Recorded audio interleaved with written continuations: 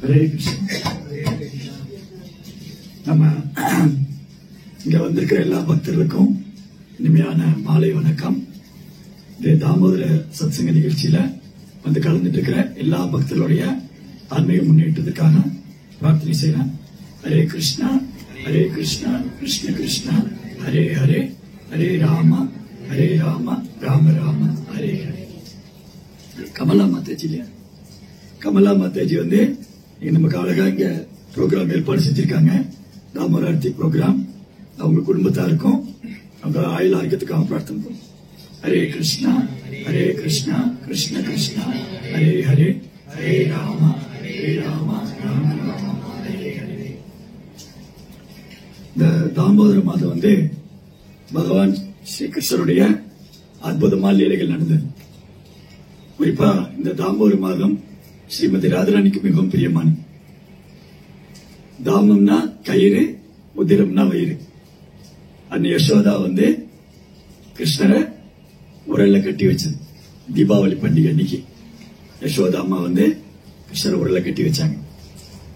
அதனாலதான் பகவான் கிருஷ்ணருக்கு தாமோதரன் திருநாமம். கிருஷ்ணரை வந்து யாராலும் பிடிக்க முடியாது, அவர் யாராலும் கட்ட முடியாது. கிருஷ்ண பகவான யாராலும் பிடிக்க முடியாது, யாராலும் கட்ட முடியாது. யாராலையும் பிடிக்க முடியாத, கட்ட முடியாத பகவான யசோதா அம்மா பிடிச்சு கட்டிட்டாங்க. இப்ப நம்ம வந்து பாகவதத்துல ஒரு ஸ்லோகம் படிச்சோம். முசுகுந்த ராஜாவுடைய பிரார்த்தனை. முசுகுந்தான்னு ஒரு ராஜா இருந்தார். அவர் வந்து ரகுவம்சத்தை சார்ந்தவர். ரகுவம்சம் ராமர் தோன்றினார் இல்லையா? ராமர் தோன்றிய ரகுவம்சத்தை சேர்ந்தவர் முசுகுந்த ராஜா. மாந்தாதாங்கிற ராஜாவுடைய பையன். ரகுவம்சத்துல மாந்தாதான் ஒரு ராஜா இருந்தார். அந்த மாந்தாதா ராஜாவுடைய பையன் தான் முசுகுந்த ராஜா. முசுகுந்தா வந்து ரொம்ப புண்ணியம் பண்ண ஒரு ராஜா, ராஜ ரிஷி. முசுகுந்த ராஜாவுடைய ஆட்சி காலத்துல நல்ல மழை பெஞ்சது, தானியங்கள்லாம் நல்லா வளர்ந்தது, பிரஜைகள்லாம் ரொம்ப சந்தோஷமா இருந்தாங்க, எல்லாமே செழிப்பா இருந்தது. அப்ப முசுகுந்த ராஜாவுடைய சிறப்பு என்னன்னா, முசுகுந்த ராஜா வந்து இந்த இதே உடல்ல பூலோகத்திலிருந்து தேவலோகத்துல போய் தேவர்களுக்காக அசுரர்கள் கூட சண்டை போட்டிருக்க. இதே உடம்போட முசுகுந்த ராஜா இந்த பூமியில இருந்த போது முசுகுந்தா வந்து இதே உடலோட தேவலோகத்துல போய் தேவர்களுக்காக அசுரர்களோட சண்டை போட்டிருக்க. அப்ப தேவர்களே வந்து முசுகுந்தனுடைய உதவியை எதிர்பார்த்திருக்காங்கன்னா அப்ப எப்பேற்பட்ட மன்னர்கள்? இந்திரன், சந்திரன், வருணன், அக்னி, வாயு, இந்த மாதிரி தேவர்களே வந்து முசுகுந்த ராஜாவுடைய உதவியை தேடி வந்திருக்காங்கன்னா அவர் எப்பேற்பட்ட ராஜா? ராஜ ரிஷியம். ராஜ ரிஷினா அனைத்து சாஸ்திரம் அறிந்தவர், வேதங்களையும் வேத கலாச்சாரத்தை பின்பற்றுபவர், பிரச்சனைகளை தன் குழந்தைகள் மாதிரி பாத்துக்கிறவர், இந்த உலக வாழ்க்கை பௌதிக வசதி இதுல பற்றுதலே இல்லாதவர், வெறுமனே பகவானது சேவைக்காக ராஜ்யத்தை ஏற்றிருப்பார். அதான் ராஜரிஷி. அப்போ வந்து முசுகுந்த ராஜா மாதிரி தேவர்களுக்காக போய் சண்டை போட்டு, தேவர்களுக்காக சண்டை போட்டு ரொம்ப வருஷங்கள் தேவலோகத்திலே போய் தங்கி, முசுகுந்த ராஜா வந்து தேவலோகத்திலே போய் தங்கிட்டு தேவர்களுக்காக சண்டை போட்டதுனால பல வருஷங்கள் கடந்து போயிடுச்சு. இந்த பூலோகத்துல பல வருஷம் கடந்து போயிடுச்சு. அப்ப முசுகுந்த ராஜா வந்து ரொம்ப திறமையா சண்டை போட்டு அசுரங்கள்லாம் விரட்டி அடிச்சுட்டாரு. அசுரங்கள்லாம் உயிருக்கு பயந்து ஓடிட்டாங்க. அப்போ தேவர்களுடைய சேனா வந்து கார்த்திகேயன், முருகர் இருக்கா இல்லையா? முருகர் தான் வந்து தேவர்களுடைய சேனாதிபதி, தேவருடைய படை சேனை. சேனானினா அகம் ஸ்கந்தஹா அப்படின்னு பகவத்கீதை பகவான் சொல்ற. நான் வந்து தேவர்கள் சேனைகள்ல கார்த்திகேயனா இருக்கின்றேன். அப்ப முருகர் கூட பகவான் கிருஷ்ணனுடைய ஒரு சிறிய அம்சம் தான். அவரும் பகவானுடைய அங்க உறுப்பு தான். முருகர், சிவபெருமான், அப்புறம் கணபதி, அப்புறம் வந்து பிரம்மதேவர், எல்லாருமே பகவானுடைய அங்க உறுப்புகள். நாம எப்படி ஹரே கிருஷ்ணா. நாம் எப்படி பகவானுடைய அம்சமா இருக்குமோ அந்த மாதிரி தேவர்களும் பகவானுடைய அம்சம் தான். பகவத்கீதையில் பகவான் சொல்றாரு, மமைவாம்சோ ஜீவலோகே ஜீவபூத சனாதனா. உயிர்வாழிகள் அனைவரும் என்னுடைய அம்சம், நித்தியமானவங்க பகவான் சொல்றாரு. அப்ப நாமளும் நித்தியமானவங்க, தேவர்களும் நித்தியமானவங்க. ஆனா நமக்கும் தேவர்களுக்கு என்ன வித்தியாசம்னா, நம்மை விட தேவர்கள் அதீத சக்தி வாய்ந்தவங்க. இப்போ ஒரு சின்ன பூச்சி எடுத்திருந்தனா அந்த பூச்சியோட நமக்கு சக்தி அதிகம். ஏன்னா விலங்குகளோட நமக்கு மனிதர்களுக்கு சக்தி அதிகம். அப்ப மனிதர்களோட தேவர்களுக்கு சக்தி அதிகம். அப்போ தேவலோகத்தில் இருக்கிற தேவர்கள்லாம் பகவானுக்கு சேவை பண்ணிட்டு இருக்காங்க. அப்ப முசுகுந்த ராஜா தேவர்களுக்காக சண்டை போட்டதுனால தேவர்கள் ரொம்ப சந்தோஷமானாங்க. அப்ப முசுகுந்த ராஜா கேக்குறாங்க, முசுகுந்தா உனக்கு என்ன வரம் வேணும்? தேவர்கள் விரும்புற வரத்தை தரக்கூடியவங்க. தேவர்கள்ட்ட போய் மக்கள் வரத்துக்காக போவாங்க. எங்களுக்கு செல்வம் கொடுங்க, பேர் கொடுங்க, புகழ் கொடுங்க, நல்ல ஆரோக்கியம் கொடுங்க. இப்படி நிறைய பேர் தேவர்களை வழிபடுவாங்க. அப்போ அந்த தேவர்களே கேட்கிறாங்க முசுகுந்த ராஜாட்ட, குறிப்பா கார்த்திகேயன் முருகர் கேட்கிறாரு, முசுகுந்தா உனக்கு என்ன வரம் வேணும்? முசுகுந்தர் சொன்னாரு, நான் பூலோகத்துல ரொம்ப வருஷம் ஆயிடுச்சு, இன்னும் திரும்பி போய் ஒரு பிரயோஜனம் இல்ல. அவருடைய பல சந்ததிகள் மாறி போயிட்டாங்க. முசுகுந்தா தேவலோகத்துல போய் தேவர்களுக்காக சண்டை போட்டதுனால இந்த பூலோகத்துல பல ஜெனரேஷன் கிராஸ் ஆகி போயாச்சு. அதனால இங்க திரும்பி போய் என்ன பண்ணுவேன்னு. அப்ப பாருங்க, நம்மளுடைய ஆயுள் காலத்துக்கும் தேவர்களுடைய ஆயுள் காலத்துக்கும் நிறைய வித்தியாசம் இருக்கு. இப்போ நமக்கு 24 மணி நேரம் ஒரு நாள், அந்த மாதிரி 30 நாள் ஒரு மாசம், அந்த மாதிரி 365 நாள் ஒரு வருஷம். இது நமக்கு. தேவர்களுக்கு எப்படின்னா, நம்முடைய 6 மாசம் அவங்களுக்கு பகல் பொழுது, அடுத்த 6 மாசம் அவங்களுக்கு இரவு. அப்ப நமக்கு ஒரு வருஷம், தேவர்களுக்கு ஒரு நாள். நம்முடைய மனித வாழ்க்கையில, பூலோகத்துல மனித வாழ்க்கையின் ஒரு வருஷம், தேவர்களுக்கு ஒரு நாள். அப்ப நம்முடைய 6 மாதம் தேவர்களுக்கான உத்தராயண காலம். உத்தராயண காலம்னா தேவனுடைய பகல் பொழுது. நம்முடைய 6 மாசம் தேவர்களுக்கு பகல் பொழுது, அது உத்தராயண காலம். அடுத்த 6 மாசம் தட்சிணாயன காலம், தேவர்களுக்கு இரவு பொழுது. அந்த மாதிரி நம்முடைய ஒரு வருஷம் தேவர்களுக்கு ஒரு நாள். அந்த மாதிரி 365 நாள் தேவர்களுக்கு ஒரு வருஷம். இப்படி நம்முடைய பூலோக கணக்குப்படியும் தேவலோக கணக்குப்படியும் நிறைய வித்தியாசம் இருக்கு. அப்ப முசுகுந்த ராஜா தேவர்களுக்காக சண்டை போட்டதுனால அவருடைய பல ஜெனரேஷனையும் கடந்து போயிட்டாங்க. அப்ப முசுகுந்தா சொன்னாரு, நான் திரும்பி போய் என்ன பண்ணுவேன்?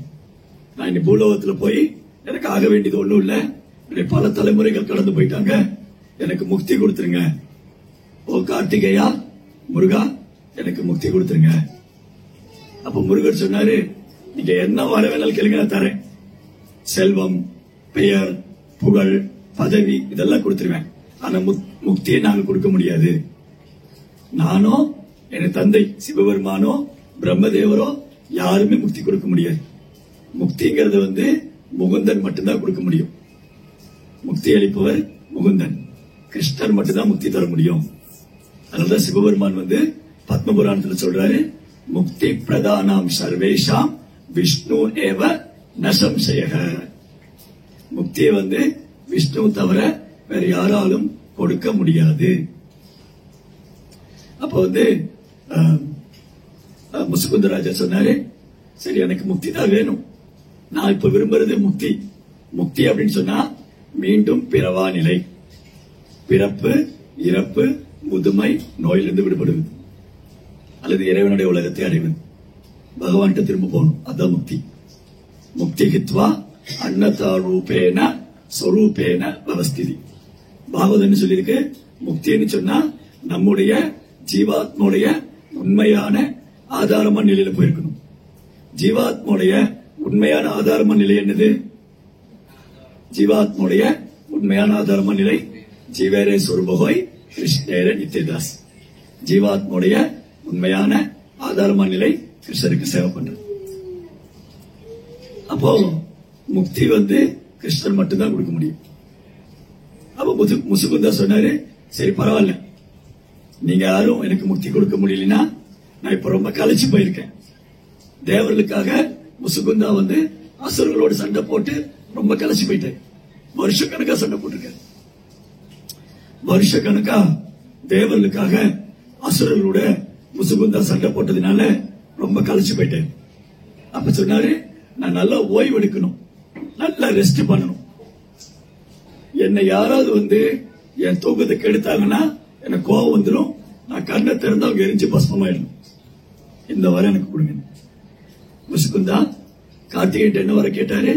நான் நீண்ட நேரம் ஓய்வு எடுக்கணும், ரொம்ப கலைச்சு போயிருக்கேன், ரொம்ப டயர்டா இருக்கு, நான் நல்லா ரெஸ்ட் பண்ணணும், நல்லா தூங்கி ஓய்வு எடுக்கணும். என் தூக்கத்தை யாராவது கெடுத்தாங்கன்னு சொன்னா நான் கண் விழிச்சு பார்த்தா அவங்க எரிச்சு பஸ்மமாயிடுவாங்க. கார்த்திகேயனும் அப்படியே ஆக்டர் வர கொடுத்துட்டேன். இப்படி முசுகுந்த ராஜா தவம் பண்ணிட்டு இருக்காரு. அதாவது தூக்கத்தில் இருக்காரு, குகையில தூங்கிட்டு இருக்காரு. நீங்க பத்ரிநாத் போயிருக்கீங்களா? பத்ரிநாத்ல மேல முசுகுந்தாவுடைய குகை இருக்கு. முசுகுந்த ராஜா தூங்கிட்டு இருந்த குகை இன்னைக்கும் இருக்கு. இப்பயே இந்த கதையை சொன்னோம்.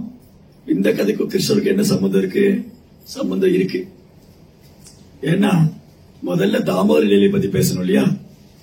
யாராலையும் பிடிக்க முடியாத கிருஷ்ணர் ஓடுறாரு, அவரை யசோதாமனால பிடிக்க முடியல. இதே மாதிரிதான் ஒரு தடவை கிருஷ்ணர் யுத்த பூமி விட்டு ஓடினார். அப்ப ஒரு யவன ராஜா, காளையவனன் சொல்லக்கூடிய ஒரு யவன ராஜா கிருஷ்ணரை துரத்திட்டே போனான். அந்த கதை தெரிஞ்சுட்டா முசுகுந்த கதைக்கு வரலாம். என்ன பண்ணாங்க? யதுக்கள் இருக்கு இல்லையா? யதுக்கள் ஒரு தடவை கர்காச்சாரியன், கர்க முனிவருக்கு ஒரு அபராதம் பண்ணிட்டாங்க. குருவுக்கு அபராதம் பண்ணிட்டாங்க. கர்க முனிவருக்கு குற்றம் செஞ்சுட்டாங்க யதுக்கள். அப்போ இந்த யதுக்களை தண்டிக்கணும், யதுக்களுக்கு தக்க பாடம் புகட்டணும் அப்படின்னு சொல்லி கர்காச்சாரியர் என்ன பண்ணாரு? ஒரு யவன குலத்தில் சேர்ந்த பெண்ணோடு சங்கம் கொண்டார்.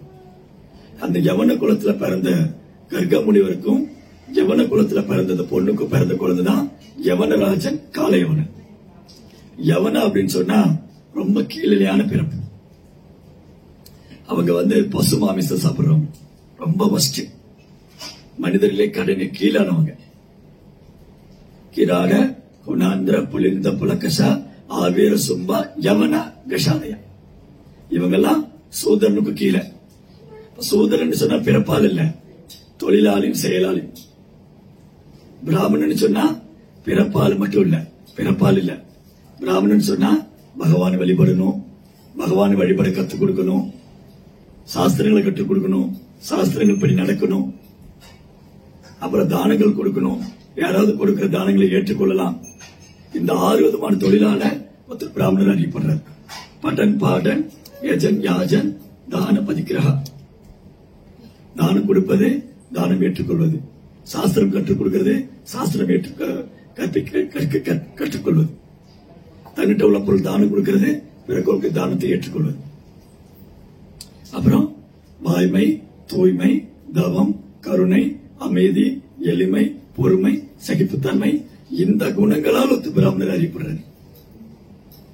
அப்போ பிராமண குடும்பத்துல பிறந்திருக்காரு, இந்த குணம் இல்லைன்னா அவர் பிராமணன் சொல்ல முடியாது. அஸ்வத்தாமன் பிராமண குடும்பத்துல பிறந்திருந்தார், ஆனா ரொம்ப கீழ்த்தரமான செயல் பண்ணார். திரௌபதியோட 5 குழந்தைகள் தூங்கிட்டு இருக்கும்போது போய் வெட்டிட்டேன், வெட்டி துண்டுதுண்டா வெட்டி எரிச்சிட்டேன். இது பிராமணனுக்கான செயல் இல்ல, இது சூதரனோட மோசமான செயல். அப்ப யவன ராஜான்னா ரொம்ப மோசமா வாழ்வாங்க.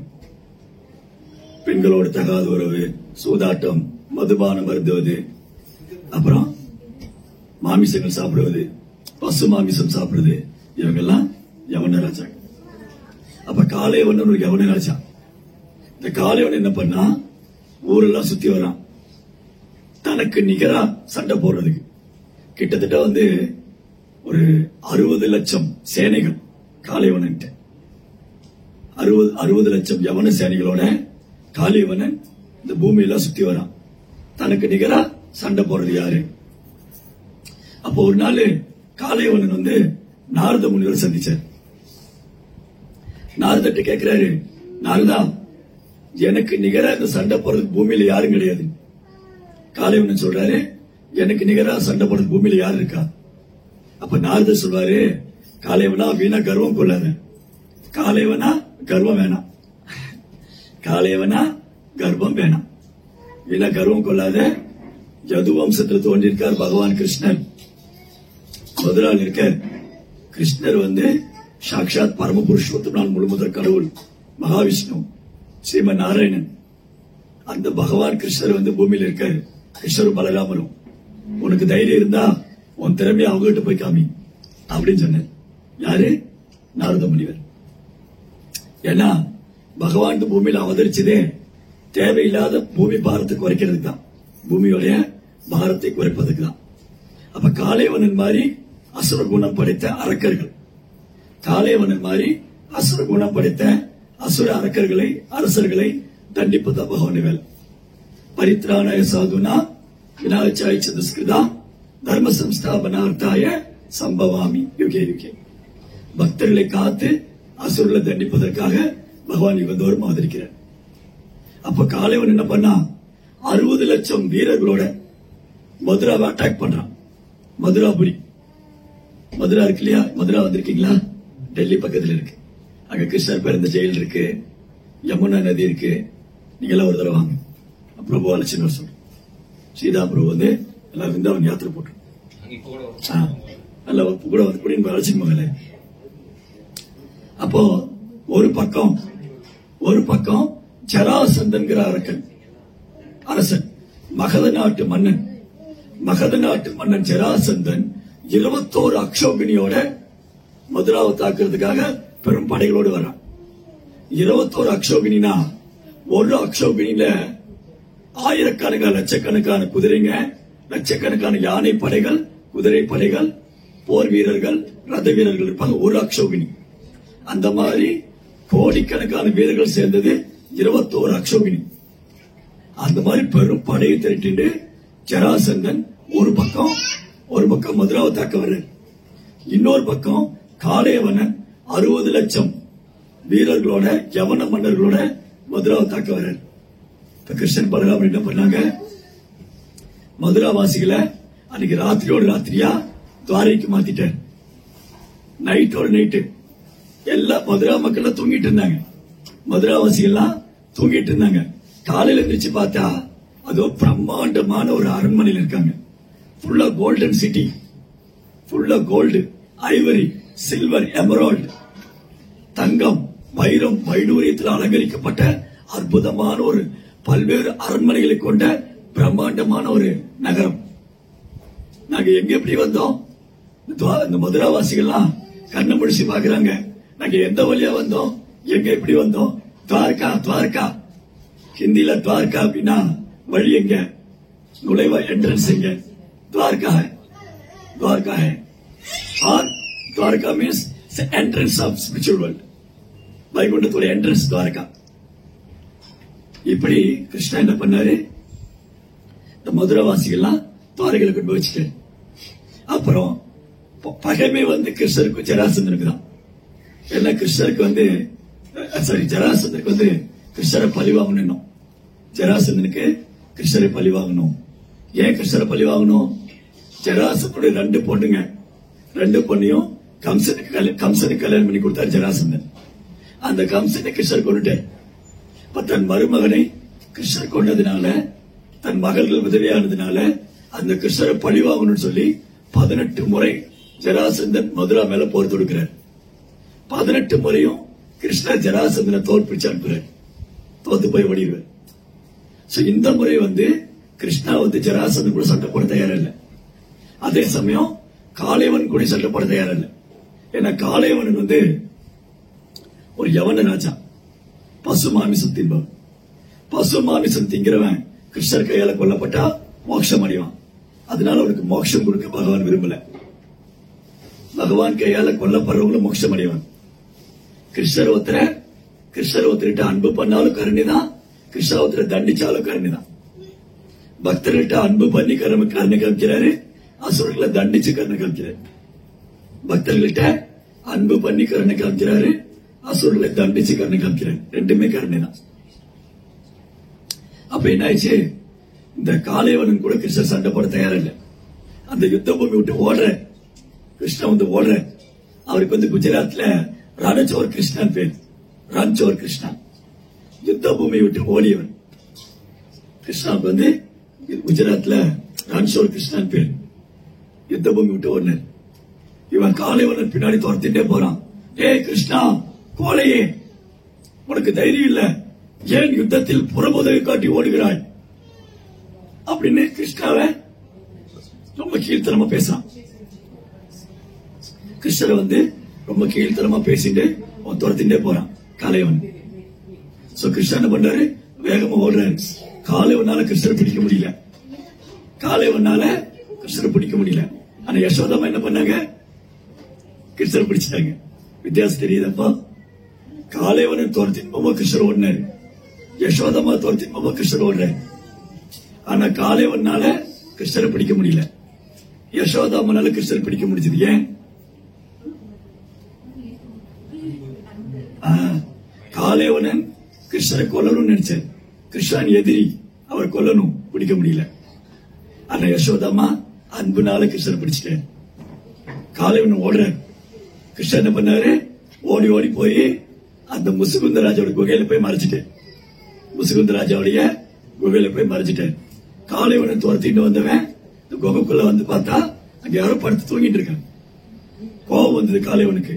டே கிருஷ்ணா, கோழையே, என்கிட்ட சண்டை போட பயந்து போய் ஓடி வந்து களைச்சு போய் குகையில படுத்துட்டு இருக்கேன் நீ அப்படின்னு காலால எட்டி உதைக்கிறான். காளைவன் வந்து அங்க தூங்கிட்டு இருக்கிறவரை காலால எட்டி உதைக்கிறான். அங்க யாரு தூங்கிட்டு இருக்கா? முசுகுந்தா. காலால எட்டி உதைச்ச உடனே முசுகுந்தன் எழுந்து கண்ணை திறந்து பாக்குறாரு. முசுகுந்தா கண்ணை திறந்து என்னாச்சு, காளைவன் எரிஞ்சு சாம்பல் ஆயிட்டான்.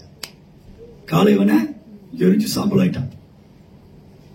முசுகுந்தா பாக்குறாரு, இவன் யாரு, எதுக்கு இந்த கோகுக்குள்ள வந்தான், ஏன் தூங்கிட்டு இருந்த என்ன எழுப்புனா? அவருக்கு ஒண்ணுமே புரியல. நான் பாட்டுக்கு ரெஸ்ட் எடுத்துட்டு இருந்தேன், இவன் எதுக்கு என்ன டிஸ்டர்ப் பண்ணா, யார் இவன் அப்படின்னு யோசிச்சுட்டு இருக்கும்போது அந்த குகையில சூரியனை போல ஒரு பிரகாசம் அப்படி கண்ணை பறிக்கும். கண்ணை பறிக்கிற சூரியனை போல பிரகாசம். அந்த பிரகாசம் வந்து அப்படியே ரெடியூஸ் ஆகுது. அந்த பிரகாசத்தினால சூரியனை போல பிரகாசம் இருக்கு. அந்த பிரகாசத்தினால இது யாருன்னு முசுகுந்தனால பார்க்க முடியல. கிருஷ்ணர் வந்து அப்படியே அந்த பிரகாசத்தை அப்படியே குறைச்சுக்கிறார். கிருஷ்ணா வந்து பிரகாசத்தை குறைச்ச உடனே முசுகுந்தன் பார்க்கிறாரு, தன் முன்னாடி வாசுதேவன் இருக்கார். வாசுதேவ் கிருஷ்ணா. வனமாலி கதி சாங்கி சங்கே சக்கரே சனந்தகி ஸ்ரீமான் நாராயணோ விஷ்ணு வாசுதேவ பிரகக்ஷதே. வாசுதேவ கிருஷ்ணன் 4 கரங்கள், சங்கம், சக்கரம், கதை, தாமரை, என்றும் பாடாத வைஜெயந்தி மாலை, மார்புல சிவஸ்துக்குரி, கழுத்துல கௌஸ்துவமணி, மஞ்சள் நிற பீதாம்பரை அடைவுத்திருக்கார். மழைக்காலத்து மேகத்தை ஒத்த நிறம். முசுகுந்தா வந்து பாக்குறாரு, ஓ இவர் யாரு, அந்த பரம புருஷோத்தமன் வாசுதேவனா, ஸ்ரீமன் நாராயணனா, ஓ எம்பெருமானே அப்படின்னு அந்த பகவான தரிசனம் பண்ணோடனே முசுகுந்தா ஒரு தண்டம் தரையில விழுற மாதிரி நமஸ்காரம் பண்றாரு. நமஸ்காரம் பண்ணி கேட்கிறார், நீங்க யாரு? பகவான் கேட்கிறார், நீ யாருன்னு கேட்கிறார். ஓ நான் யாருன்னு கேட்டோம், நீங்க யாரு சொல்லுங்க. முசுகுந்தா சொல்றாரு, நான் ரகுவம்சத்துடைய ராஜா முசுகுந்தா. நான் வந்து இந்த ஓய்வு எடுத்துட்டு இருந்தேன். இந்த நபர் யாரு, ஏன் இங்க வந்தாரு, நீங்க ஓ எம்பெருமானே, தங்களுடைய தரிசனம் கிடைச்சது நான் செஞ்ச பாக்கியம் அப்படின்னு முசுகுந்த ராஜா ரொம்ப பியூட்டிஃபுல்லா பிரேயர் பண்றேன். கிருஷ்ணாட்ட பிரார்த்தனை செய்யறேன். இப்போ முசுகுந்தா பகவானை பார்த்து நீங்க யாருன்னு கேட்டேன், பகவான் முசுகுந்தனை பார்த்து நீங்க யாருன்னு கேட்டேன். இதுதான் ஜீவாத்மாக்கு பரமாத்மா உள்ள வித்தியாசம். முசுகுந்தா வந்து ஜீவ தத்துவம், கிருஷ்ணா வந்து பரமாத்மா. முசுகுந்தா ஜீவாத்மா, கிருஷ்ண பரமாத்மா. முசுகுந்தாக்கு வந்து அதாவது ஒரு ஜீவாத்மாவுக்கு தான் யாருன்னு தான் தெரியும். ஒரு ஜீவாத்மா தன்னை உணர்ந்தாலே பெரிய விஷயம், பரமாத்மா உணர்ந்து அதோட பெரிய விஷயம். ஆனா பகவான் வந்து எல்லோரும் பரமாத்மா இருக்கு. கஷேத்திரம் கஷேத்திரக்கியம் நாம் யுக்தி சர்வகஷேத்ரேஷு பாரதா. கிருஷ்ணன் சொல்றாரு, எல்லா ஜீவனிதயத்திலும் நான் பரமாத்மாவா இருக்கேங்கிறேன். இப்போ என் மனசுல என்ன இருக்கு, நான் என்ன நினைச்சுக்கிட்டு இருக்கேன்னு எனக்கு தான் தெரியும், உங்களுக்கு தெரியாது. உங்களுக்கு தெரியாது. நீங்க என்ன நினைக்கிறீங்க எனக்கு தெரியாது. அவர் என்ன நினைக்கிறார் எனக்கு தெரியாது. அவங்க என்ன நினைச்சுட்டு இருக்கோம், நம்ம மனசுல என்ன நினைக்கிறோம், என்ன சிந்திக்கிறோங்கிற அவங்களுக்கு தெரியும். ஆனா பகவானுக்கு நம்ம எல்லாருமே என்ன நினைக்கிறோம் தெரியும். நம்ம எல்லாருமே என்ன நினைக்கிறோம், என்ன சிந்திக்கிறோம் பகவானுக்கு தெரியும். எல்லா விதத்திலும் கிருஷ்ணர் பரமாத்மா இருக்கிறார். கிருஷ்ணர் முசுகுந்தா ஆசீர்வதிக்கிறார். அப்போ முசுகுந்தா பகவானை பார்த்து பிரார்த்தனை பண்றார். ஓ எம்பெருமானே, வாசுதேவா, கேசவா, நாராயணா, மாதவா, கோவிந்தா, நீங்கதான் இந்த அகிலத்தோடைய படைப்பு, காத்தல், அழித்தல், எல்லாத்துக்கும் ஆதாரம். எல்லா ஜீவனுக்கும் நீங்க தான் ஆதாரம். ஜீவாத்மாக்களை நாங்க உங்களை மறந்து அறியாமையில் இருக்கோம். எங்களை அறியாமையிலிருந்து விடி வச்சிருங்க. எங்களை பிறப்புங்கிற சக்கரத்திலிருந்து விடி வச்சிருங்க அப்படின்னு ரொம்ப அழகா முசுகுந்தராஜா பகவான் பிரார்த்தனை செய்யற, கிருஷ்ணாட்ட பிரேயர் பண்ற. அப்ப கிருஷ்ணர் சொன்னாரு, முசுகுந்தா, நீ என்னுடைய பக்தன் ஆகணும்னு நீ ரொம்ப ஆசைப்பட்ட. மோன பிரிவில என்னுடைய பக்தன் ஆகணும்னு ஆசைப்பட்ட, என்ன தரிசனம் பண்ணணும்னு ஆசைப்பட்டேன். அதனால உனக்கு தரிசனம் கொடுத்திருக்கேன். நான் இப்போ உனக்கு தரிசனம் கொடுத்திருக்கேன். இது உண்மையில நான் காண்கிற கருணை. இப்ப நீ என்ன தரிசனம் பண்ணதுனால உங்ககிட்ட இருக்கிற எல்லா பௌதிக ஆசைகளும் போயிடும். யார் ஒருத்தர் பகவானுடைய நாம ரூப குணாதிசயங்களை கேட்கிறாங்களோ, பாடுறாங்களோ, அவங்களுக்கு துளி கூட பௌதிக ஆசை இருக்காது. பௌதிக ஆசை, பௌதிக பற்றுதல் எல்லாத்திலிருந்து விடுபட்டுருவாங்க. அவங்க தூய பக்தி தொழில நிலை பெற்று இருப்பாங்க. அப்ப பகவான் சொல்றாரு முசுகுந்தாட்ட, ஓ முசுகுந்தா, நீ என்ன தரிசனம் பண்ணணும் ஆசைப்பட்டதுனால, நீ என்னுடைய பக்தனா இருக்கிறதுனால நான் உனக்கு தரிசனம் கொடுத்தேன். இப்ப நீ என்னைய நினைச்சிட்டு நீ தூய பக்தி தொண்டு செஞ்சு அதுக்கப்புறம் நீ என்னைய அடைவாய் அப்படின்னு முசுகுந்தாவுக்கு பகவான் பிளஸ் பண்றார். அவருடைய ஆசீர்வாதம் கொடுத்து அவர் ஆசீர்வதிக்கிறார். அப்போ யாராலும் வெல்ல முடியாத பகவான பக்தர்கள் பக்தியினால் வென்று வருகிறார்கள். யாராலும் பிடிக்க முடியாத பகவான பக்தர்கள் பக்தியினால் பிடிச்சிருவாங்க. காலைவனால பிடிக்க முடியல. யோகிகள், ஞானிகள், ரிஷிகள்லாம் காட்டுல தவம் பண்றாங்க, அவங்களால பகவான் பிடிக்க முடியல. ஆனா யசோதாம்மா அன்புனாலையும் பக்தினாலையும் கிருஷ்ணரை வென்றுட்டாங்க, கிருஷ்ணரை பிடிச்சிட்டாங்க. இதுதான் யசோதாம்மாவுடைய காரணமற்ற கருணை.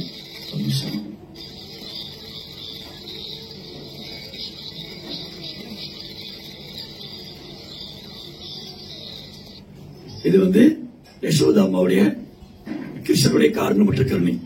யசோதாம்மா மேல கிருஷ்ணருக்கு இருந்த காரணமற்ற கருணை.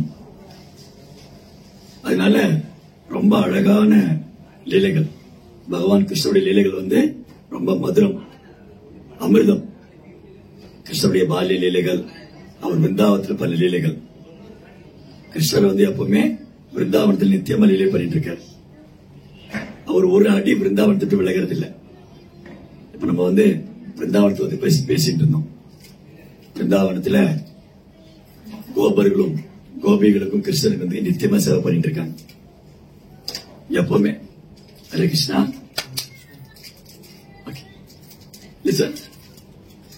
ஓகேவா? கண்டிப்பா பண்ணலாமா? சோ விருந்தாவனத்துல பகவான் கிருஷ்ணர் இருக்கா இல்லையா, அவர் சாதாரண குழந்தைய பள்ளியில பண்ணிட்டு இருக்கார். பகவான் கிருஷ்ணர் லீலைகள் விருந்தாவன லீலை, மதுரா லீலை, துவாரகா லீலை, இந்த மாதிரி 3 விதமான லீலைகள் சொல்லலாம். கிருஷ்ணா இந்த பூமியில துவாபரயுகம் முடியும் போது, கலியுகம் தொடங்குறதுக்கு முன்னாடி துவாபரயுகத்தோட முடிவுல பகவான் இந்த பூமியில இருந்தார். அப்போ கிருஷ்ணர் மதுராவில தோன்றினார். டெல்லிக்கு பக்கம் இருக்கிற மதுராவில தோன்றினார். அதுக்கப்புறம் அவர் பிருந்தாவனத்துல போய் அவர் குழந்தை பருவலில எல்லாம் பண்ணார்.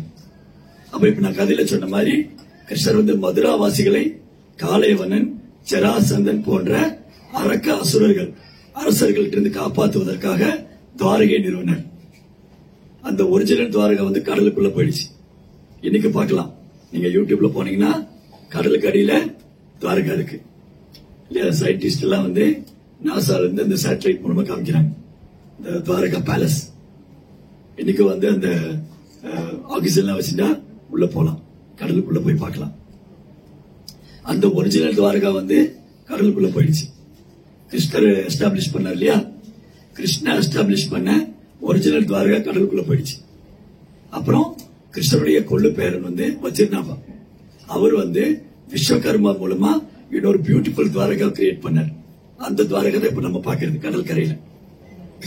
கிருஷ்ணா துவாரகையில ஐஸ்வர்ய பாவத்தை வெளிப்படுத்தினார். பகவான் கிருஷ்ணர் துவாரகையில ஐஸ்வர்ய பாவம் 16,108 ராணிகள் கிருஷ்ணருக்கு மனைவிகள். கிருஷ்ணருக்கு எவ்வளவு மனைவிங்க? 16,108 மனைவி. அதுல 8 பேர் ரொம்ப முக்கியமானவங்க. 8 பேர் ருக்மணி, சத்யபாமா, ஜாம்பவதி, லக்ஷ்மணா, பத்ரா, நாகஜித், மித்ரவிந்தா, காலிந்தி. இது இல்லாம 16,100 பேர். இந்த 16,100 பேர் தான் நரகாசுரன் கழுத்தின் போய் சிறை வச்சிருந்தான். அப்ப அவங்க தந்தையார்கள் மன்னர்கள்லாம் போய் துவாரகையில கிருஷ்ணன் பிரேயர் பண்ணாங்க. கிருஷ்ணன் என்ன பண்ணாரு, சத்யபாமா கூட போய் நரகாசுரன் கூட சண்டை போட்டு அவனை வதம் பண்ணி அந்த 16,100 ராணிகளையும் விடுவிச்சார். இளவரசிகளை, ராஜகுமாரி. இப்ப வேத காலத்துல என்ன வழக்கம்னா, யாராவது வீட்டு பெண்கள் வெளியில போயிட்டாங்கன்னா யாரும் அவங்களை கல்யாணம் பண்ணிக்க மாட்டாங்க. அதுவும் நரகாசுரன் கடத்தின் வேற போயிட்டான். அப்ப யாரும் அவங்களை கல்யாணம் பண்ணிக்குவாங்க. அதனால என்ன ஆச்சுன்னா, இந்த பொண்ணுங்க எல்லாரும் 16,100 ராணிகள் சொன்னாங்க, ஓ பிரபு, வாசுதேவா, பகவானே, நாங்க உங்களை விட சிறந்த வீரனை நான் பார்க்கல. நீங்க தான் சிறந்த ஆன்மகன், சிறந்த வீரர். உங்களோட சிறந்த ஆன்மகனை வேற நீ பார்க்க முடியாது. எங்களை இனி யாருமே கல்யாணம் பண்ணிக்க மாட்டாங்க. எங்களை இனி யாருமே கல்யாணம் பண்ணிக்க மாட்டாங்க. நீங்க தான் எங்களை கல்யாணம் பண்ணிக்கணும் அப்படின்னு 16,100 ராணிகளும் கிருஷ்ணாட சொன்னாங்க, நீங்க தான் எங்களை கல்யாணம் பண்ணிக்கணும். கிருஷ்ணர் என்ன பண்ணாரு, அந்த 16,100 ராணிகளை கல்யாணம் பண்ணிட்டு 16,100 ராணிகளை கல்யாணம் பண்ணிட்டு அவங்க 16,100 ராணிக்கும் 16,100 அரண்மனை, 16,100 பேலஸ். அந்த பேலஸ் ஃபுல்லா gold, emerald, silver, diamond, ivory ஃபுல்லா டெக்கரேட் பண்ணிருக்கும். சாதாரண இடம் இல்ல. 16,100 ராணிகளுக்கும் 16,100 அரண்மனை. அந்த 16,100 அரண்மனைகளும் ஐஸ்வர்யம் நிறைந்தது. அந்த 16,100 ராணிகளும் லட்சுமி தேவி, சாதாரண பொண்ணுங்க இல்ல. கிருஷ்ணர் சாதாரண பொண்ணுங்களை கல்யாணம் பண்ணல. அதனால துவாரகையில கிருஷ்ணருடைய ஐஸ்வர்ய பாவம், பகவானுடைய ஐஸ்வர்ய பாவத்தை துவாரகையில பார்க்கலாம். ஒரு ஆஃபர் பண்ணிட்டேன், போட்டேன். இது எனக்கு போட்டாங்க. துவாரகையில கிருஷ்ணாக்கு ஐஸ்வர்ய பாவம். ஆனா அந்த ஐஸ்வர்ய பாவத்தை விட துவாரகையில கிருஷ்ணா ஐஸ்வர்ய பாவத்தில் இருக்கு. அந்த ஐஸ்வர்ய பாவத்தில் இருக்கிறதுனால அவரு அங்க ஒரு சக்கரவர்த்தி, துவாரகா தேஷ், துவாரகாவுடைய ராஜா. ஆனா துவாரகா லீலையோட கிருஷ்ணோட லீலைகள்ல ரொம்ப இனிமையானது அவர் பிருந்தாவனத்தில் பண்ண பால்ய லீலைகள். கிருஷ்ணருடைய பால்ய லீலை பிருந்தாவனத்தில் பகவான் பண்ணது. மதுராவில் கூட கிருஷ்ணர் ராஜகுமாரனா தான் இருந்தது. விஷ்ணு குலத்துல, யது குலத்துல தோன்றிய சூரசேன ராஜாவுடைய பேர குழந்தை, அதாவது வசுதேவனுடைய குழந்தை. வசுதேவனுடைய குழந்தையா இருக்கிறதுனால பகவானுக்கு வாசுதேவன் பேர், வாசுதேவன். அப்போ கிருஷ்ண பகவானுக்கு நிறைய பக்தர்கள் இருக்காங்க, நிறைய சேவகர்கள் இருக்காங்க. பகவான் வழிபடக்கூடிய நிறைய பக்தர்கள், நிறைய சேவகர்கள்.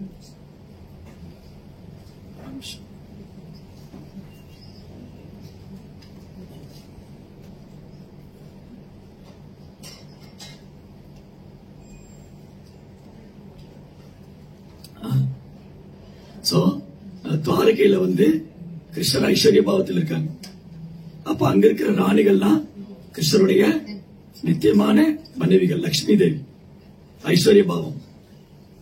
அப்புறம் மதுரால இருந்தவங்க வசுதேவர், தேவகி, அக்ரூரர், இவங்களுக்கு எல்லாத்தையும் கிருஷ்ணா முழு முதற் கடவுள். ஆனா வாத்சல்ய பாவத்தினால மறந்துடுவாங்க. சில நேரம் கிருஷ்ணா முழு முதற் கடவுள்னு மறந்துடுவாங்க.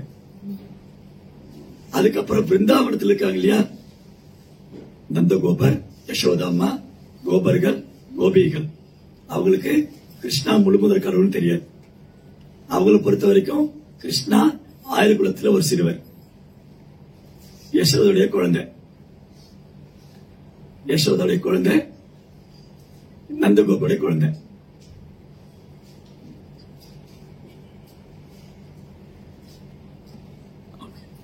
ஹரே கிருஷ்ணா. ஒரு நிமிஷம், இந்த ஆன்லைன் ஜாயின் பண்ணிருக்காங்க.